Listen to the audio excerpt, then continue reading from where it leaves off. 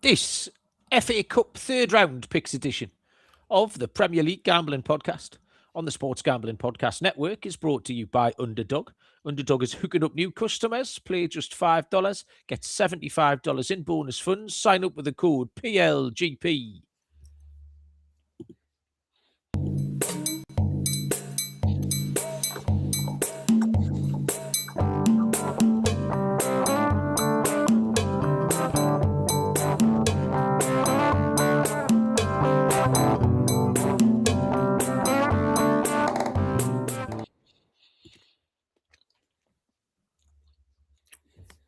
Welcome, everybody, to the Premier League Gambling Podcast on the Sports Gambling Podcast Network. My name is Malcolm Bamford, coming to you from Newcastle upon Tyne in the northeast of England. Today is Thursday, January the 8th.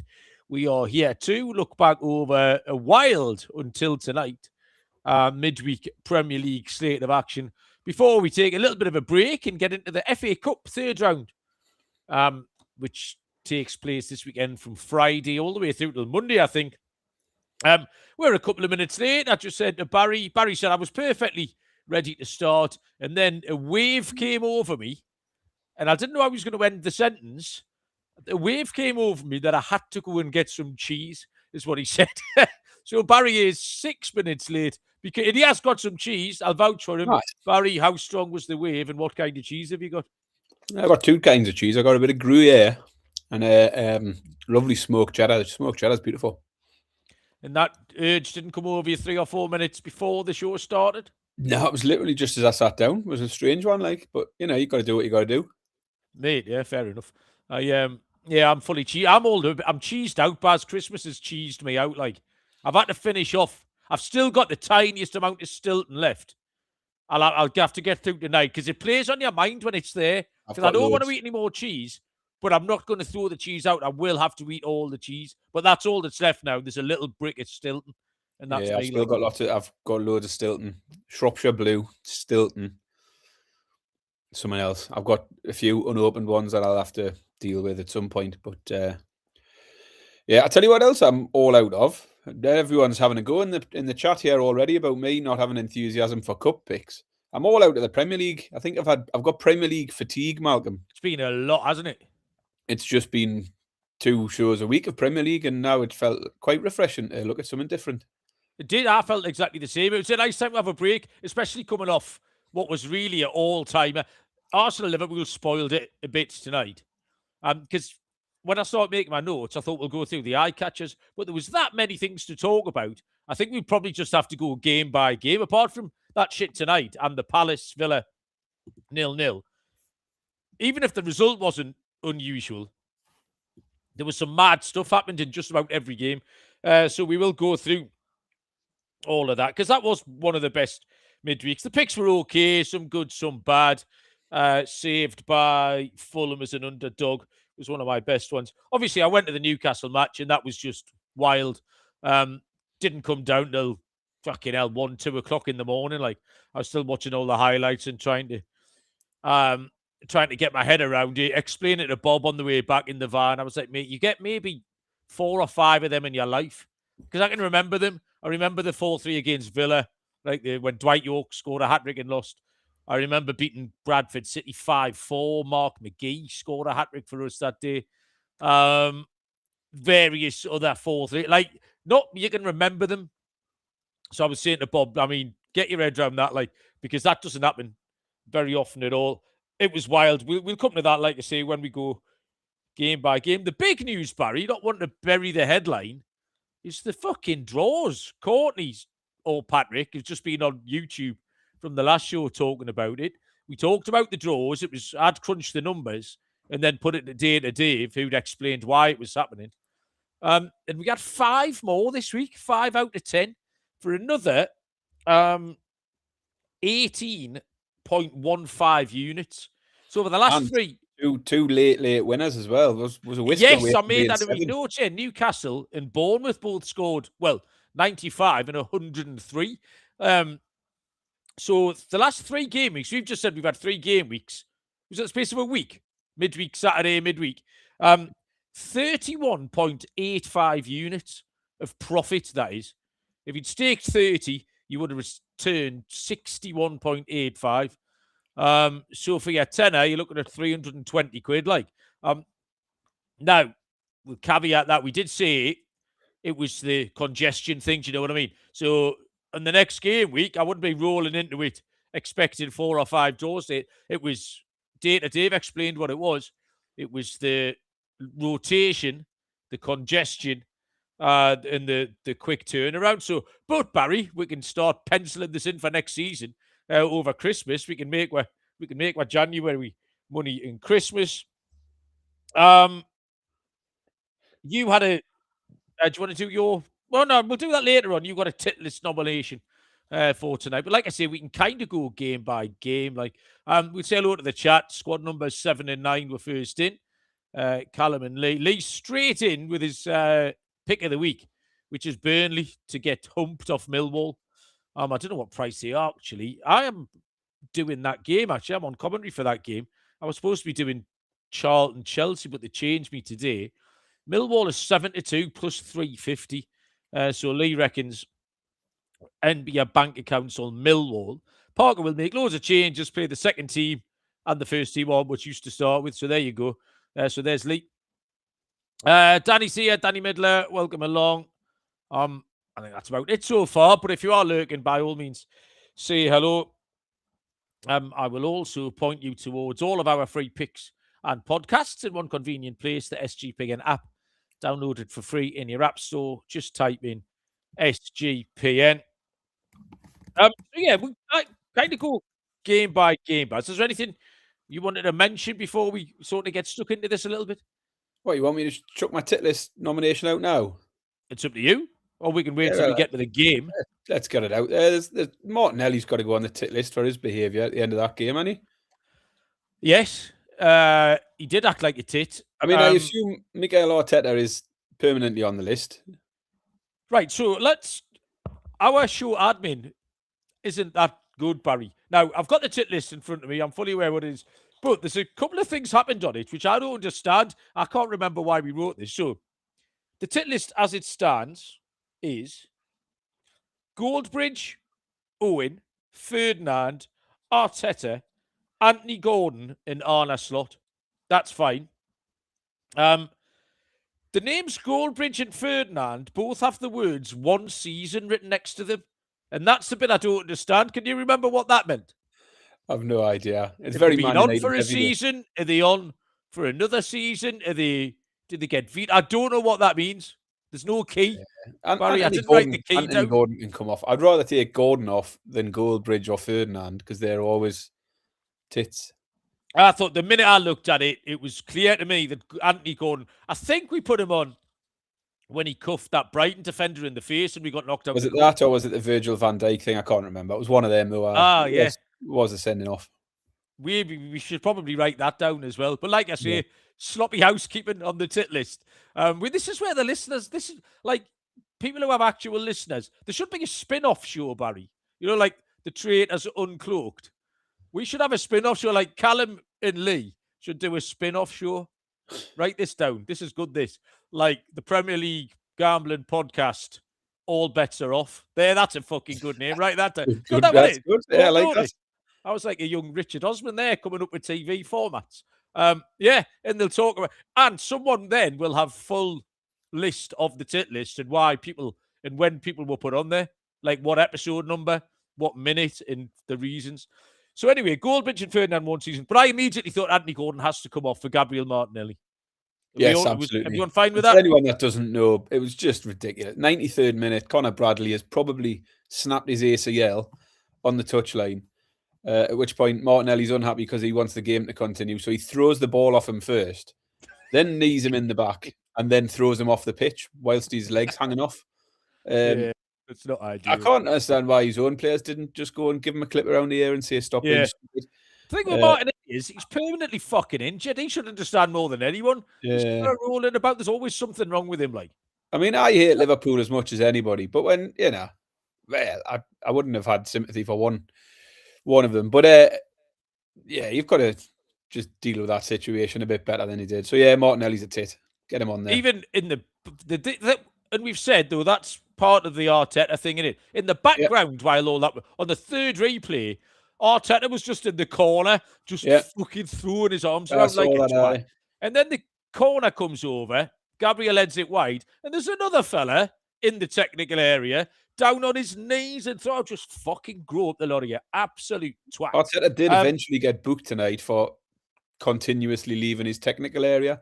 I don't know if that was an accumulation of 20 games of doing that, and eventually he gets a card or what. But yeah, he did get booked tonight for leaving his technical area many times. Lee saying that if they start when they start the spin-off show, they're not playing kickoff. What gives you what makes you think you'd be allowed to play kickoff? You can talk about the playing of the kickoff. Stop picking your part up, Lee. Andy Williams has joined us. Andy, Wrexham might be featuring tonight. You can tell Andy must be sniffing a Wrexham mention on the show because we haven't seen Andy for a couple of weeks. Bring back battleships, says Carl. Right, okay. Andy Gordon has been removed from the tit list. Gabriel Martinelli has been put on. I'm not writing down the reason because I'd like to try and remember the reason when we come to take him off in about 2.5 seasons' time. If we're still allowed that. So there you go. That's the only reason I keep this ring binder. This is now years old, but it's got the tit list where everything else has been thrown out. Right, okay. Very good. Yeah, Tuesday night, West Ham Forest, not much to mention other than West Ham are incredibly fucking bad. This was sliding doors. This was West Ham thought they'd gone 2-0 up with a negligible offside. All of a sudden, Forest score a dog shit goal. And my abiding thought on this is it comes back to that West Ham stadium in the fans. And me almost feeling sorry for them. I've got no nice feelings for West Ham at all. I can't stand them really. But I do feel a little bit sorry for them. So people started showing that video of, did you see Karen Brady selling the stadium? People have dug this video up, selling the dream, and it's a right lot of shit. So that Tuesday was just one of those things. But move on to Tuesday. Last night, Wednesday night, Bournemouth, Tottenham. Tottenham is shit. What's happened to, without trying to do Bournemouth down, why can't Thomas Frank get Tottenham playing? Because Brentford were all right, weren't they? And you'd think that it was a kind of a natural progression. I don't know why he can't get Tottenham playing. It was hilarious that Semenyo scored with his last kick. Mickey van der Ven's dive made me laugh a lot. He then tried to fight people in the crowd. That was all funny. So that was good. What about Thomas Frank walking out onto the pitch with a coffee and an Arsenal cup? Make it up, could you? How did you not realise? Funny. Brentford Sunderland was notable for two things. Sunderland getting humped, which I think we can all agree on is about time. And then, Barry, is it a coincidence that in the same week you threatened to wank off Enzo Lefebvre, that he penalted that penalty straight at the goalkeeper? I said I definitely wasn't going to wank him off. And he turned to shit, didn't he? Right, okay then. That was possibly the funniest Panenka I've ever seen. One, because it was Sunderland, but it was just how easy it was for the keeper, Welbeck done it the other week. And at least the keeper dived for that one. Yeah. He just didn't, he hit the post, hit the bar. But the keeper, it's just that moment where the keeper just goes, "Oh, thank you." You kind of spoiled that for me because I didn't know anything about it. And you said, "Did you see this?" And then sent me the clip. But then me and Bob watched the goals. But I didn't tell Bob. And his reaction was fucking beautiful. He was so happy. He thought it was great. Palace Villa, nothing to talk about. Everton v Wolves. Everton, in the style of teenage girls, had two players sent off for hair pulling and sarcasm. There you go. The dogs of war, Barry. The dogs of war. Hair pulling and sarcasm. Listen, we all know pulling the hair is a red card. We've seen it a couple of times in recent weeks. So I don't know how you can defend it because he did pull his hair. That's a little bit of a childish thing to do. And Grealish has just got no excuse. I know. You're being booked 3 minutes earlier. Just don't do it. And I know there's not consistency. Joe Linton could have got sent off for the same thing yesterday because the amount of times that he went I off didn't at the see referee. it, but the amount of Leeds fans who like, told me about it on Twitter. The Grealish one, it was just so stupid. Like, so Everton fans are all kicking off about it. I can see why they should kick off about the Wolves VAR not getting looked at for studs down the back of his calf. But Yeah. the 2 red cards for me were red cards. Yeah, I agree. I don't know what Moses was about saying it was an accident. And Keith, you just don't grab hold. It was ridiculous. Yeah. It was really stupid. It is a bit soft and unusual, and I get it, but it's fucking send him off. Like, on that, I mean, we were all over Wolves, weren't we? I took both teams to score as it happens, but I felt like actually, as well as me and you, we did all right. This was a good week for the chat because I remember people throwing out Harry Wilson. I remember people throwing out, I can't remember like who it was, sorry, individuals. Bruno G shot on target. There was just a load of people, like everyone was on Wolves in this. Wolves +1, Wolves on the handicap. All sorts of things. And Wolves were decent again, like, so. Yeah. Oh, actually, little Everton update. Obviously, Dave Haran Stufflecourt did tell me and tell us, he gave me some chat the other day about fade and Everton. So he went to the game last night. He was at the Hill Dick. And the update is continue to fade Everton at home because the pitch is massive. It's 5 metres wider than at Goodison Park. And the fullbacks, Everton's fullbacks are terrified. They're not good enough to go forward. You know, Everton, they're basically 4 centre-backs, aren't they? They've got O'Brien on the one side. I think Mikalenko does a bit different, but they're not good enough to go forward. We actually saw it with Lewis Miley last night for Newcastle. As good as he was, when Tino came on, you need that. We've talked about Newcastle running through the fullbacks. A lot of teams now run through their fullbacks offensively, which is counterintuitive completely. But Everton can't do it. In case this pitch is fucking huge, that little tight Goodison Park was fine for Everton. That's when the actual dogs of war mentality was helpful. At home, they're struggling. So actual data, actual information there from Dave around Stufflecourt. So cheers for that, Dave. Keep it coming. So we'll keep fading Everton at home. Other games, Fulham, Chelsea. Sweet on Fulham. Fulham have been paying the fucking rent the last, they've won 6 of 8 or something. And I tell you what, they're like they're 2-1 every fucking week. Another red card for Chelsea, man. Another one. So early in the game as well, like, just stop doing it. 7 this season, I think. We've said, Joe, I don't know where Joe is tonight. He's probably in a coma after watching Arsenal.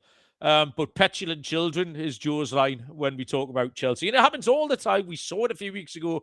I talked and laughed about Liam Delap at the weekend show. And beautifully this time it was Cucurella, who actually, like, he's a bit like Joe Linton in that everyone thinks he gets sent off all the time. Or when he doesn't, Cucurella's actually quite clever with it. It's like Joe Linton's never, ever been sent off in 227 games, even though everyone calls him the league's biggest thug. Cucurella's a bit like that. But last night, and what got me was he pulls him down and then just puts his hands out like that. It's like that, mate, that doesn't mean that I've just lost the battery on my lamp there, Bess.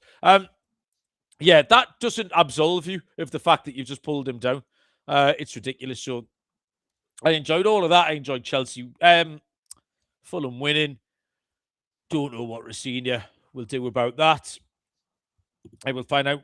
Man City Brighton was an odd one in the Man City. I had both Man City to score in both halves. They scored in the first half, and fucking hell. That 3 games, Sunderland game. Who did the draw with at the weekend? I can't think. That was days ago, that wasn't it? It was a long time ago. I mean, go through my notes, past Chelsea 1-1. Oh, yeah, again, 7 or 8 followed a similar chances. Followed a similar pattern in all them games, haven't they? Brighton were doing the exact same thing of just not doing. Brighton were doing what the fuck they wanted. They're taking a goal kick, completing 15 passes in their own 6-yard box, and then giving it to Haaland on the penalty spot, and he just wouldn't kick it in the goal. Penalty, that was one thing that struck me. That was another example of a referee just choosing not to decide anything. Like, which one? The Doku penalty. Haaland took the penalty. Doku fouled. the referee was staring straight at it. It was a penalty. And it was one of them where he just didn't want to give it and he just thought VAR would bail him out. And VAR did on that occasion. But it's just another example of a ref not wanting to just give anything and just hoping they'll get bailed out. Like, just fucking give it. Yeah, so that Man City should have won. I mean, 3 draws in a row for Man City. That 3 points out in 9 and they're 6 behind. Like, and they should have picked up. That 3 draws. I was talking the other day, wasn't it, about how I'd said over the last 2 games how many teams hadn't won a game. If you look now over the last 3, Man City, Liverpool, Man United, Spurs, Sunderland, Everton. No, Everton won 1, but there's lots of big teams like who haven't won for 3 games now. All of a sudden, and the other thing I said last week, there was only 2 teams who had won their last 2 games. That was Arsenal and Newcastle. So now there's only 1 team who have won 3 in a row. Newcastle are the form side in the league, Malcolm. Yep. Wolves up next as well. Baz, don't want to get ahead of ourselves. The form is nuts. When you look at the form, obviously all of the draws is making that happen, but just nobody wants to go and win a game or win 2 games on the bounce at the moment. Fatty Merris has joined us in the chat. Welcome along, Matty. Nice to have you. We've partnered up with Kalshi, a real money prediction market, legal in all 50 states. Trade tons of markets, college football, NFL, NBA, NHL, first touchdown props, and even the weather and stuff like that. I nearly read it again. New Kalshi customers get $20 when they use the promo code SGPN. That's KALSHI, promo code SGPN. Underdog is your home for pick 'em entries. You can run up to 5,000 times your money. Underdog got you covered this holiday season with Underdog Unwrapped. Play $5. Get $75 in bonus funds. Sign up with the code PLGP. That is Underdog Fantasy. Forgot to mention, Baz, at the top of the show, yellow sticker shopping tonight. You know, my Thursday night yellow sticker shopping. Have you seen it on Twitter? Ooh, I posted it. Hog roast, an entire hog roast with all the trimmings, Baz, all the accoutrements, stuffing, applesauce, and some sort of seasoning to go on your crackling. £7. Fucking hell. Yeah. So that's either pulled pork sandwiches or loaded fries tomorrow night. Nice. But I'll do it. Unbelievable. Burnley Manchester United was just funny. That's all. I just enjoyed them not winning. Darren Fletcher is not interimming anymore, we don't think. We think Ole Gunnar Solskjaer's interimming. How much did they pay Ole Gunnar Solskjaer to go away? And now how much are they going to pay him to come back? Like, honestly, he's probably still getting paid from the last time he were there. Maybe that's why they want him. Maybe if he comes back, he's got to do it for free because he's actually already being paid for these years of work. Yeah, maybe. Newcastle, Leeds, fucking hell, there was something to talk about. The latest winner in Premier League history, that was, what was it, 102nd, 103rd minute. Leeds became only the second Premier League team ever to take the lead 3 times and get beat. Do you know who the other team was, Barry?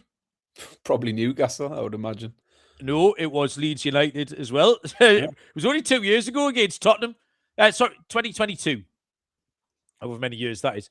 They took the lead 3 times against Spurs and won 4-3. So they managed to equal their own record, which was pretty impressive. Just an absolutely chaotic game of football. Kid in front of me left it 3-3. Baz, any thoughts on that? I did wonder how many people might have left it 3-2. Because, I mean, if you look at Twitter itself last night, the amount of people calling for Eddie Howe's head with 20 minutes to go or 10 minutes to go and all of this lot. And it's just let the game play out. Like, because you just look like a tit by the end of it. But I did think at that point, there must have been a load of people who'd left before that end. There was definitely a Leeds fan sitting in front of me as well.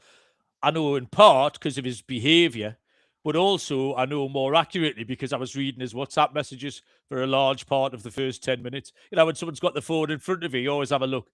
And his mate had asked him how he'd got his ticket. And he was like, oh, someone at work. I used to work with, gave us the ticket. And then we scored the equaliser and he never, ever moved. And then he left. he left after the equaliser, and I never seen him again. So what happened there, I don't know. But I've seen quite a few on X today, some Leeds fans. Pockets of Leeds fans were all over the place. Andy Williams' better half, the FPO, as he's referring to her, which stands for Fun Prevention Officer, by the way. The Fun Prevention Officer, she's a Leeds fan. So I imagine Karen was absolutely over the moon last night. Sorry, Karen. Nothing to do with me. So that's funny. And then tonight, Arsenal-Liverpool. Arsenal did what we've accused them of doing several times. We've also said they might just get away with it because they've still got a healthy lead. I think Gary Neville said, it might have been Roy Keane actually, in the studio afterwards, that with about 20 minutes left, Arsenal might have just thought, do you know what, with a point's all right. Bear in mind, Man City hadn't won last night.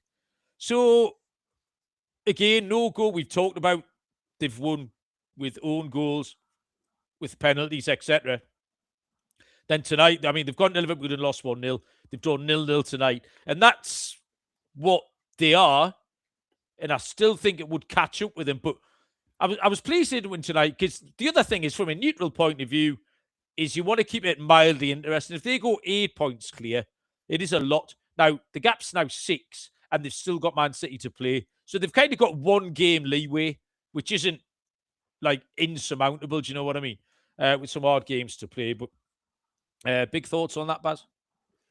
No, it was all just a bit dull, wasn't it? But I was thinking, I mean, I took the over 2.5, so spectacular. I lost on that one, which was about the story of my week, to be honest. But I was thinking second half, we should have seen this coming from Arsenal, because I even talked in my handicap about how they don't have any big wins against the big teams this season. The games where they have dropped points are exactly those sort of games. And obviously they're not losing many, so we should have just took the draw. GM has joined us asking about the monsoon of draws. We think the draws might be over. We've just discussed the amount of profit it would have made over the last 3 weeks. It's 32 units, which is absolutely ridiculous. But it was the fixture congestion, we think, as well. So by the time the next round of games comes, there is a midweek round of Premier League fixtures in February. So we'll have another count up. You know, we might be onto something, boys. Episode 386, we might have cracked it. So I think, Baz, that's just about it. Oh, Data Dave had a winner, didn't he, the twat? Bournemouth team total. My Bournemouth pick, Barry, was 6 shots on target, by the way. Do you know how many shots on target Bournemouth had in that 3-2 win? We'll give you a clue. 5. 3. I just couldn't believe I was getting Bob. Bob was checking all the stats for me on the way home. I was driving. I was like, Bob, that can't be right. Check another site. He was checking about 9 sites. I was like, Bob, check if one that's got more than 3. He was like, Dad, they all say 3. So, yeah, as much as I thought Bournemouth must have battered them, it was 3-2, and they had 3 shots on target. So that was a fairly impressive defeat. Oh, a quick AFCON update. We're fucked is the abridged version. A couple of things. We said the draw was hard. Congo were fucking chin the other day. All we wanted to do was cling on. 119th minute. The Algerian kid scored an absolute worldie. We're going to penalties, which would have been happy enough with. So Algeria did for Congo in the last minute of extra time. Burkina Faso got tonked. So that was the end of that. It's absolutely gone to form. It's like the top 8 teams now. The top 8 in the betting are the 8 that are left in the tournament. So yeah, it's gotten a form. But stay tuned on the YouTube for some AFCON shorts, etc. We will fire into the FA Cup 3rd round once I've let you know about Novig, America's #1 sports prediction market. Download the Novig app, get $50 when you spend 5. Use the promo code SGPN. Get on the action with Novig, promo code SGPN. And Rhythm has crushed NFL this season, especially on props. Really good at identifying when to fade players. College basketball is up and running with the boys, Matt Colby, Noah, all on the daily TCE shows. Build your own model, or you can use some models that already exist on there. Promo code on Rhythm is SGPN25 when you download the Rhythm app for 25% off your first month. Download Rhythm, use promo code SGPN25. Barry, as is tradition, on the afternoon of a cup picks show, you messaged me and said, how many picks have you made? Because you want to make 2 fewer than me, because I don't know, there's something wrong with it. You've got fucking ME or something. I lied to you and said I'd picked all the games, which was a fairly obvious lie. How many picks have you made, Barry? I've made 4 plus an accumulator. Okay, I've made, let's get the right page. 1, 2, 3, 4, 5. I've made 5.5 plus 2 accumulators. Well, Honestly. fucking regular on then, hadn't we? Half an hour so far, now you're coming up with 6 picks. We should say, before you move on, actually, Malcolm, AFCON, should say, keep an eye on the shorts, because the shorts have been doing well. Shorts have been great. And I was wondering how many new African listeners we've got, because every time we put a short out, it gets about 1,200 views. You put one out tonight for the Arsenal game, got and only 200 views, didn't 200 people looked at that one. So the It's a AFCON good job, shorts are by far outweighing. The popularity is off the scale, and you're getting quite a bit of interaction there from a lot of the African chaps. The Nigerian fellas were going nuts for me the other day, Baz. I had a look at podcast downloads, Malcolm. We've only got 7 this week from the African regions, so 7's plenty. Maybe they're all watching on YouTube though. But yeah, we've got, just so you know, we've got 1 in Accra, Lagos, 2 in Nairobi, big in Nairobi. Luanda, do you know where Luanda is? Yes. And 2 in Lusaka as well. A couple of blokes in Lusaka having a listen every now and then. So, hey, Barry, I cannot walk down the streets of Luanda without getting mobbed. Me, Ellis and Carlisle's got nothing on those fellas in Nairobi, let me tell you. Right, I'm Friday night, Barry. I'm starting. Have you got anything on Friday night? Yes. Have you? Oh, that's exciting. Oh, it's actually got double bubble Friday night because I forgot Wrexham. No one's picked anything in this game. No one's going to watch it. No one's interested in it.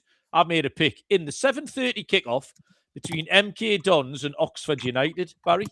I'm sure everyone's buzzing about this. MK Dons are 9-5 plus 180. 5-2 the draw, and Oxford are 11-8 plus 137. MK Dons 5th in League 2. Oxford 22nd in the Championship. And this is just a pure form line pick, Baz. The MK Dons against the better League 2 teams. In 5 of the 6 home games against top 8 teams, they've all gone under. Oxford have only scored 12 in their 13 away games. They're averaging 0.88 goals per game in their last 8. Both teams, I think, will make changes. All these FA Cup games, we always caveat these with team news. Team news. Look at it. Few changes for each. Slightly less fluency. Under 2.5 goals. But MK Dons v Oxford. Under 2.5 goals is 9-10. Minus 111. I reckon, Baz, if you've gone to Wrexham. Yes. I think we should also caveat this with not just team news, but weather news. It's, parts of the country are being deluged with snow. I'm not. The forecast for around here was for tons of snow. And I went out for a walk before about 9 o'clock, and it's just pissing down with rain. It's horrible, like. So that's a bit boring. And yet I've got people 10 miles down the road sending me pictures with 3 inches of snow. Crap. Don't know what to tell but anyway, yeah, Wrexham potentially could be one in a bit of bother. I think Wales was due to get the brunt of it. But I have got Wrexham Forest. So if you've got the odds there, that would be helpful. Yeah. This is 7:30 as well. Wrexham 29-10 plus 290. The draw 27-10 plus 270. Forest 9-10 minus 111. Yeah, so I thought I'd kick off with a Friday night one. And I just thought it just looks like a potential upset due to the respective forms of the two sides. Wrexham are on a 4-game winning streak, and they've not lost at home since September. Meanwhile, Forest obviously had a morale-boosting win this week. But Dyche hasn't got a very good record in the Cup. Regular early exits all the way back with Everton and Burnley. He doesn't very often get very far, probably because he's usually prioritising relegation battles wherever he is. And that's a similar situation here. Despite the win on Monday, it's still the priority. Wrexham are good enough to pull off a shock anyway, even if Forest did want to have a go at this. But the added doubt over how much Forest actually care makes me think 3-1's decent value for Wrexham. So Wrexham to win 3-1. Briefly, Barry lost connection. Then came back. Maybe I think you might have talked that storm in like. But anyway, well, yes, I mentioned this at the arse end of Monday night show that Dave had said immediately get on Wrexham, and I thought exactly the same as you. Wrexham are in good form. They've won 4 in a row. They'll be up for this. Forest are rubbish. Dyche is from that old school of management as well. He's from that sort of 10 years ago school where everyone just punted the FA Cup. Like, we did it for years, didn't we? Steve Bruce and whoever else it was, just bollocks to the FA Cup. And Dyche is still in that form. Their squad players are rubbish, Nottingham Forest, and not cut out for this kind of game, by the way. They've signed all these fellas, Swiss ones and French ones and Italian ones. They can't be fucking bothered with that. None of those lads want to go to Wrexham on Saturday, fucking -2 in the piss and rain. Friday night. Or Friday, get shouted at by a load of blokes who look like Andy Williams and get a result. They have got no interest in that whatsoever. So, yeah, I've got the same pick. Wrexham at 29-10 plus 290. There's some VPN chat going on. These people are claiming that they're trolling us, Barry, with VPNs from Nigeria. Danny Midler reckons Kim Jong-il is a huge fan of Kickoff, which it wouldn't surprise me, Baz, I'll be honest with you. Game, I didn't do these in any kind of sequence. Let me go down this list. Or should we just fucking do it any... right, in order, I've got Man United v Brighton. Kick off of that. Go on. Get stuck in. This is Sunday afternoon, 4:30. So 11:30. You know what I'm going to pick here. Because the prices are just absolutely wrong. Plain fucking wrong. I don't know who's pricing this up. Like someone from 2003. Man United 4-5, -125. 29-10 the draw, plus 290. 29-10 Brighton, plus 290. Why, Barry? What? Why are Man United odds on to beat fucking anybody in any competition anywhere in the world ever? Man U could literally... They could do anything in this game. It's possible. It's absolutely possible. They went and beat us a couple of weeks ago. So it's a thing that might happen. But fucking hell, don't bet it at 4-5. Like, they've added Burnley and Wolves to teams that they can't beat recently. They weren't suddenly brilliant last night with whoever's interimming. They didn't go and beat Burnley. So what happens at the weekend? I've got no idea what happens at the weekend. One of the things you can be certain about with Brighton is that they've got this garage full of all these little Iranian and Cypriot fellas and that. Whichever 11 they fucking wheel out, they'll just play the same. And we see Brighton in these cup competitions go and tonk teams a lot. Last year, they won 4-0 at Norwich in this competition, in this round. They beat someone early in the League Cup this year. Geezer on his debut scored 4 times. Was it Doncaster or someone? This is just from memory. But Brighton, that's just how Brighton are going to play. So I don't know if the prices are wrong, as simple as it sounds. The Brighton double chance is 19-20, -105. But why wouldn't you just take Brighton on the money line at 29-10 plus 290 pass? Leeds come up with a great play. Brighton team total. Anything like that. Like, you've got to land on the right pick. We say it a lot. Handicap it the same way. Find the right pick. But, yeah, anything Brighton related. Yeah, I don't mind that at all. My next one's Newcastle v Bournemouth, which is Saturday afternoon. Is it a 3 o'clock kickoff? Newcastle? Yeah. Yeah, Saturday, 3 o'clock. Prices? Fucking hell, Barry. I said you've been hard at work today. Newcastle 3-4, -133. Bournemouth are 16-5 plus 320. The draw 3-1. Yeah, it's just a plug and play option for me because it's the only pick I can win at the moment is back in Newcastle. And Newcastle will probably rotate plenty here with such a busy schedule at the moment, but I think they can do so and still keep things pretty strong. Defensively, the options are getting short with Shaw now injured, but Trippier and Livramento return to the bench. They'll probably start. The likes of Willock, Murphy, Ramsey, Wissa all likely come in, and I think it keeps us strong enough here. Semenyo is going to be gone. That looks like a done deal with Man City now. And then you add in Newcastle's 12-game unbeaten run at home. And there's just enough reason to take Newcastle. And it's the same pick that I've took for the last couple of weeks. 8-11 Newcastle to win the game. Tag on the over 1.5 again. Even money. Just cash it every week at the moment. That pick's now hitting 10 of the last 12 Newcastle home games. And you're getting even money for it. Against the Bournemouth side, who are all right. But they've just lost their best player. So yeah, Newcastle to win over 1.5 goals. Even money. Yeah, the prices just didn't appeal to me because I've got no idea what's going to happen in this. I don't know what the Newcastle team will look like. Even if it's, you said the players that will come in will be reasonable players. It'll be Ramsey and Willock. It's not going to be a load of kids. But I just don't know what it's going to look. And the same with Bournemouth. Their changes, what they're going to look like. So I was happier just to leave it and hopefully we'll squeeze out the other side with a win. Saturday night, I handicapped this originally because this was the game I was on before I got shunted onto Burnley. 8 o'clock on Saturday night, so 3 p.m. Eastern Time, is Charlton Athletic against Chelsea. Charlton are 11-2, plus 550. 4-1 the draw.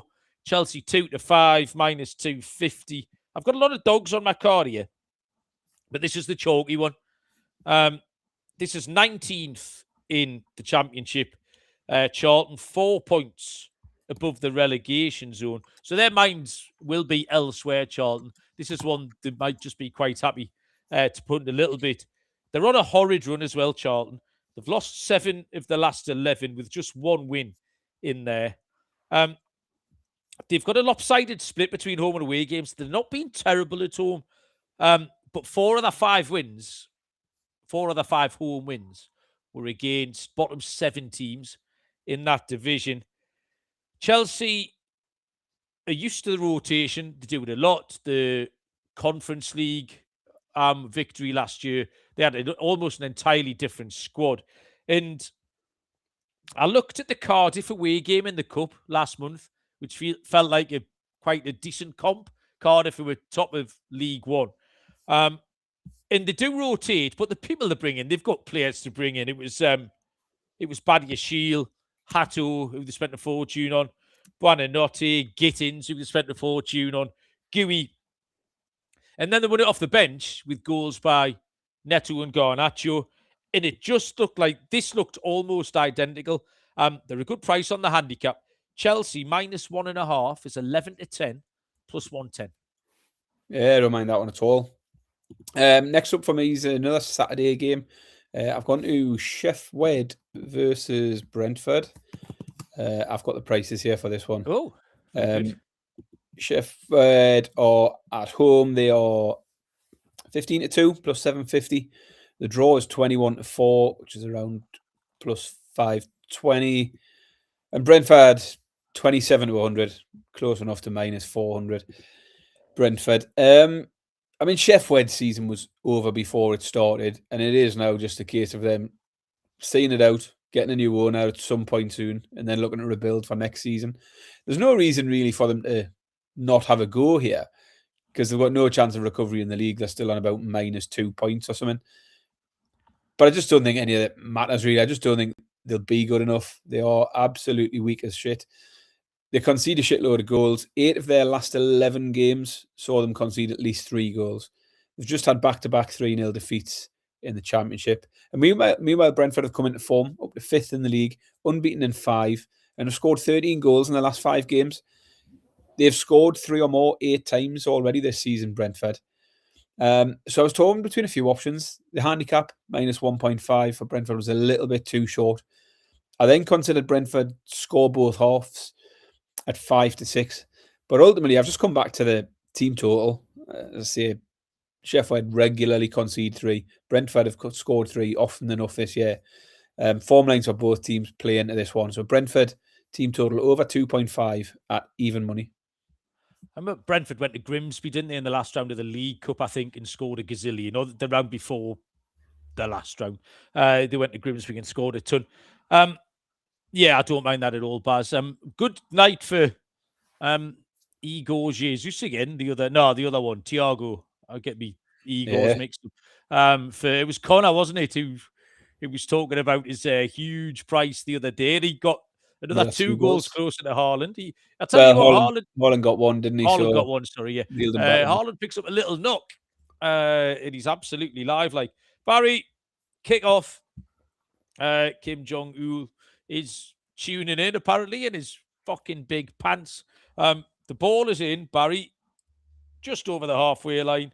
8-9. And it's your turn to play. I tell you what, this discard pile, Barry, is diminishing. I reckon we're on about 76 minutes now with you leading 2-1. You taking it in the corner? Too early for that, isn't it? A9, you say?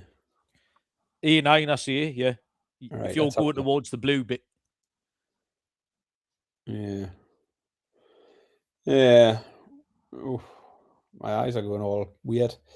I'm going to go forward 5. Fucking brilliant, that. 1, 2, 3, 4, 5. I couldn't remember on the last episode who'd played what, so I put it on the telly. I put this episode on the telly just as the IT department walked through and just looked at it. Just me and you were looking down, and I'm counting the little dobbers. It just looked at me like, what the fuck is wrong with it? Like, what am I married to? Like, she's going out to work every day like an actual grown-up. And me and you were moving this little dobber up and down. For about 6 months. For about 6 months, yeah. Half time, wasn't it? That was the best bit. That was the most I've enjoyed this game. I've got absolutely fuck all here. I'm just going to get that one, Baz. I'm going to go forwards 5. How many did you go? Back where we started. Hang on a minute. Oh, yeah. I thought I picked up your cards, but I can see your cards over there. Are they my cards? Yeah, they are. They're fucking rubbish. Right, yeah, I'll go forwards 5. So, Barry, we are in square. A9, Barry. That's A9. You got it? Got it. Messing about, right? Okay. I hope everyone enjoyed that as much as we did. Let me sort my discards out. Back in me draw. Well, okay. I've got a big underdog play here. And it is on Games petering out, says Daddy. Yeah, Barry's managed it well. Do you know what I mean? I must admit he has game management from Baz. Derby County against Leeds United. And I can't. Sunday, 12 o'clock. So that's 7 a.m. This is the early kickoff. I don't think Derby and Leeds like each other particularly much historically. They've had a few run-ins in the lower divisions over the last couple of years. So it's early doors. Leeds, there's been a huge drift here, actually. Derby were 21-4 plus 525. They are now 19-4 plus 375. So Derby have been nipped in a clear half point. The draw is 13-5 plus 260. And Derby, who were 13-20, are now 7-10. So around about minus 140 for Leeds. So there's been money for Derby, and that's going to be my underdog play here. Leeds are going well, but they're coming off a very busy period, physically and emotionally bummed last night at about 10:25 when that last goal went in. 8 points above the relegation zone, so they can 9 now, actually. They can realistically focus on staying up. Walking wounded last night. A lot of it was fucking play acting. Like Joe Rodon was clearly the head injury man. You can't tell me in the change rooms before that game, by the way, they were like, right, you're the head injury man. So when the first ball comes in, someone clears it. It's your job to lie down, because he did it every single time. It was pathetic. The goalkeeper couldn't keep chickens. Whether or not he gets another game of this, I think they'll make a ton of changes, an absolute ton of changes. And like I say, invested a lot. It's a letdown spot after last night, in my opinion. Derby are the most bang average championship team you can imagine. They're right in the middle of everything. They're just lost. 13th, Won 9, drawn 8, lost 9. So you don't know what you're getting. But I think at home, this price is too big. Take your pick. Moneyline, plus 425, 21 to 19 to 4, sorry. Double chance, 6 to 5, plus 120. Or Derby to qualify from the tie. There's no replays anymore, by the way. Derby to qualify, 12 to 5, plus 240. Baz. Yeah, my final one is the West Ham v QPR. So we're into Sunday, 2:30 kickoff. West Ham are 11 to 20. You can work that one out. The draw is 15 to 4, and QPR are also 15 to 4. Yeah, I'm in West Ham in turmoil, having lost to Forest and now finding themselves in a big relegation trouble. Home game for them here, but there hasn't been much for them at home all season anyway. They've lost 8 of their 11 home games so far this season. QPR aren't exactly setting the championship alight, but they don't need to be outstanding for this pick anyway. The respective form for both teams plays into this one. I did want to factor QPR in because West Ham are a mess. I mean, I wouldn't put anyone off taking QPR as a dog here. It wouldn't surprise me at all. 4 to 1 for QPR almost. But taking them for at least a goal, I thought seems a good way to go. West Ham just don't keep clean sheets. They've got no clean sheet at home all season. The only clean sheet they had away from home was back in August. So I like the both teams to score here. It's also hitting 8 of the last 9 for QPR in the championship. West Ham are very much looking like a championship side at the moment. And although West Ham have been shut out themselves a few times lately, I'd expect them to at least get on the score sheet here, even if they don't go and win it. But the pick for me, West Ham v QPR, is going to be both teams to score at 10 to 11. Okay, don't mind that, Baz. Bournemouth Talk Fan TV's turned up when he's predicting a 3-1 win to Bournemouth. Have you lost your mind? We just covered that game, actually, about 10 minutes ago. Barry gave us his pick on Newcastle Bournemouth in that one. My half a pick, I said I got 5.5 picks. In fact, I've only got, this is it. This is my half pick.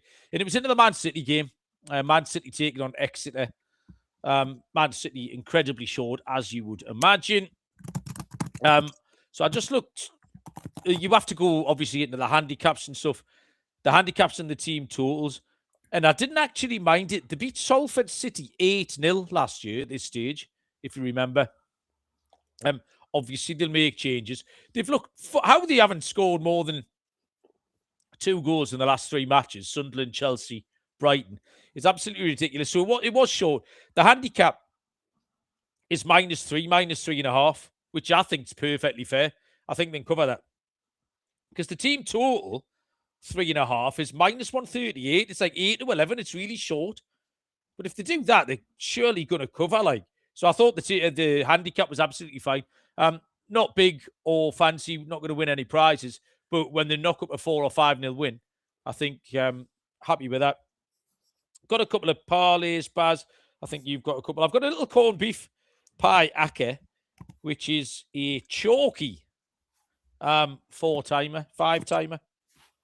Crystal Palace, who are at Macclesfield, I think it is. Brentford, who we've discussed. Chelsea, who we've discussed. Arsenal and Liverpool. So Palace, Brentford, Chelsea, Arsenal, Liverpool. That pays 9 to 4 plus 225. And I got a stake in Stilton, Baz. Wrexham against Forest. Derby against Leeds. And I've got Stoke against Coventry. It's just tight. It's a really tight. Cov, bigger fish to fry. Stoke going really well, actually. Stoke have played them well quite recently. Stoke off a bit as well. Coventry have only got 1 win in the last 5 now. Yeah, no. Stoke are a good price here. I just couldn't pick everything. Wrexham, Derby, and Stoke is 67 to 1, Baz. Little treble. Nice. I've just got one Acca. It's somewhere in between the corned beef pie and the steak and Stilton. So I don't know what you're going to call that. Maybe it's a bit of a chicken and mushroom or something. Chicken and chorizo. Don't mind that. Chicken and mushroom. Anyway, it's going to be both teams to score, 4-timer. I've gone for the Burnley Millwall game, both to score. Fulham v Middlesbrough, Stoke v Coventry. I've got both to score in that one, and Hull v Blackburn. So yeah, Burnley, Millwall, Fulham, Middlesbrough, Stoke, Coventry, Hull, Blackburn, both to score in all of those games, comes in at 8-1. What's the nutritional value of a mushroom, Baz? I've never heard it discussed. People will tell you what's good for you, what's bad for you. Like meat, dairy, fucking pastry, sugar, fruit, veg, whatever, fat content. I've never known anyone talk about the nutritional value of a mushroom, good or bad. Do you know what I mean? It gets no press, Barry. I don't mind a mushroom. I had a couple today. They're versatile, they're tasty. Yeah, I don't mind them. They're a low calorie, low fat, and a good source of protein, aren't they? A bit of fiber I've no in idea. there. Have you just Googled that? Protein, fiber, B vitamins, bit of I can potassium. see you fucking reading it. Antioxidants. Keep your eyes on me when you're telling me about mushrooms. You can't, can you? Yeah, apparently it's all about the protein and fiber, isn't it? Oh, well, there you go. We are the first ever people. Did you know that they're unique mushrooms because they can produce vitamin D2 when exposed to UV light, similar to humans? I didn't know that. Helps with bone health. I was just saying that to Ben earlier on. Helps with bone health, does it? Yeah. I did some physical jerks this morning, actually, Buzz. Did what? Sorry. Yeah, you family heard. show this. But after you telling me about your 10,000 steps, I counted how many steps it was from my van to Sainsbury's just to see. And it was exactly 500 to the door. So that's 1,000. And then I walked around Sainsbury's. So I don't reckon your 10,000 was that far. It's loads, man. Like, mate, I did 1,000 going to Sainsbury's. Right, but if you had to go to Sainsbury's 10 times, you'd get fed up, wouldn't you? You would get fed up. I wouldn't do it. I'd Well, park, mate, I'd park further away and go once. Here we go. My steps for today, 10,830. Yeah, well done. Which comes out at around 8.5 kilometres walked today. Right. So, that's 5-6 miles. I was in a world of trouble last night. I got to the point where the football was kicking off at 7:30, and I looked at my watch and I'd done 1,500 steps. No. Because I'd worked from home, so I had a lot of catching up to do. Got on the treadmill, but I had to pound it out for like a good 70 minutes. I was absolutely sick of my life. So this morning I got up, I dropped Chloe at school, and I went for a walk around the lake a couple of times. I'd done a half an hour walk just to get half the steps in early on, so I didn't have to suffer late at night. I need to front load it a bit better. I've been out and invested lots of money in hiking gear today, Malcolm. Oh, fucking hell, Barry. Where are you going? I thought you were on the treadmill. You were hiking around your front room. Yeah, I'm going to get out romping through the hills and the Peak District and things like that, innit? Do you remember when you saw that stud? It's all my part of my active lifestyle. So I've bought some new boots. And then layers. I've got all the layers. The base layer, the mid layer, the waterproof, the windproof, all of that. All the layers, fleeces, everything. Spent a fortune. New socks, glove. Got a snood. You like that? I preferred you when you were fat, Barry. I'm going to be honest. I'm still having to try and do this shit. Nah. New Barry's bollocks. What I need, the thing is, Malcolm, what I need is a variety of different ways of trying to keep active because I get bored with things. So, like, I started swimming. I haven't done that for ages, but I'm doing the running now and I'm doing the walking now. But then I'll get bored with the running, so then I'll start hiking. And then, I got to just do all the different things in it. Fair enough, Pat.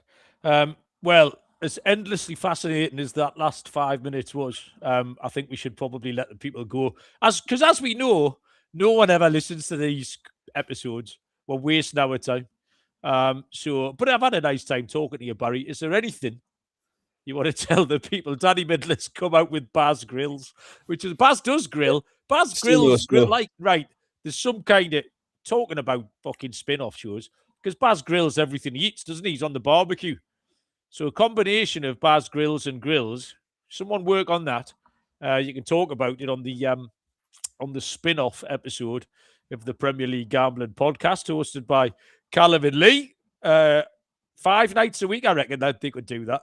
5 nights, half an hour, like the one show. That'll be, Barry. Should we go away? Yes, I'm just right. waiting for you Okay. to say we can go. Yeah, Right. Well, thanks, everybody. Premier League is when, Barry? You handicapped it all by accident this afternoon because you forgot it was FA Cup, didn't you? You didn't yeah. look at It's the on date. the Premier League is on the 16th, I think. That's so next weekend. Yeah. Yeah. Okay. Cool. Right. Smashing. Thanks, everyone. Enjoy the FA Cup. Good luck with your bets. We will see you all down the road. Cheers.